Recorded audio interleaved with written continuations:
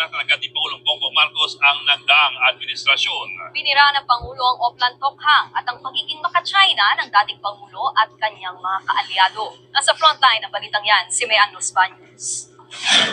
Naawa rin po kuminsan sa ating mga katunggali dahil nagmamakaawa para makakuha ng mga malalakas at magagaling na kandidato. Ipinagmalaki ni Pangulong Bongbong Marcos ang kanyang mga pambato sa pagkasenador sa kanyang mga kababayan sa Lawag, Ilocos Norte. Personal na ikinampanya ng Pangulo ang 12 kandidato ng administrasyon sa ilalim ng Alyansa para sa Bagong Pilipinas. Ang Pangulo tila ganadong magpasaring sa kalaban. Di tulad ng iba, karampot lang ang kandidato. Dito po, buo kami. Hindi lamang buo sa numero, ngunit buo ang loob para ipaglaban ang kapakanan ng bawat Pilipino at ang buong Pilipinas. Nagtataka nga ako, parang yung mga iba na naging kandidato, nag-deliver lang yata ng suka, nabigyan na ng certificate of candidacy.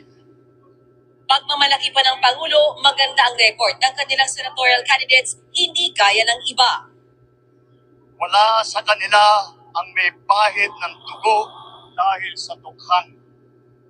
Wala sa kanilang kasabwat sa pagpulsa ng sako-sakong pera, pinagsamantalaan ang krisis ng pandemya, pinabayaan ang ating mga kababayan na magkasakit at mamatay. Wala rin daw sa mga admin bet ang pumapalakpak sa China sa gitna ng pangaagaw sa ating mga isla. Wala sa kanila ang mga pumapalakpak sa China at natutuwa pa kapag tayo ay binobomba ng tubig. Tayo ba ay papayag na babalik sa panahon gusto ng kung kailan gusto ng ating mga liderato maging probinsya tayo ng China? Babalik pa tayo sa nakaraan na ibinubugaw ang ating bayan bilang isang sugalan ng mga tayuhan? Tila pinaringgan din ng Pangulo ang isang partikular na kandidato. Wala po sa kanila ang tilang sakristan ng isang bulaang propeta na nasasakdal dahil sa pagyurak sa ating kabataan at sa ating kababaihan.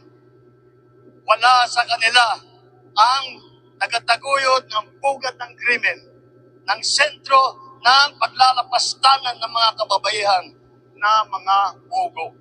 Matapos magsalita ng mga kandidato, itinaas mismo ni PBBM ang kanilang mga kamay. Ang kapatid niya si Senator Amy Marcos na hindi tumalon ang proklamasyon, kusang lumapit sa Pangulo at nagtaasan din sila ng kamay sa campaign rally. Bago ang kick-off rally, nagpapresko ng mga pambato ng Alyansa para sa Bagong Pilipinas. Kami lahat nagkasundo nung minungkahi na dito yung kick-off ng proclamation rally sa Ilocos para ma-emphasize yung suporta ni Pangulong Marcos kasi solid north. Hindi ko naman po hinihiling na mag-number 1. Payag na kami mag-number 1 si Manang Amy. Kung pwede po kami lahat number 2. Salamat po.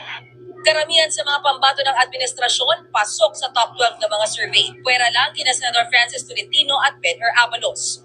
Kailangan po hilain yung iba. We have to do that. Kailangan po itulak yung iba. Taas.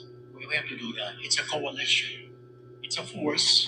We need to be united. I pray every night that all the 12 na binanggit ng Pangulo ay makasama. Honestly, I pray to God. Malaking tulong daw ang pag-endorso ng Pangulo. Mabigat ang endorsement ng Presidente. Andyan yung mga iba't ibang mga regional areas na makakatulong talaga ito. So talagang ang laki ng tsansa.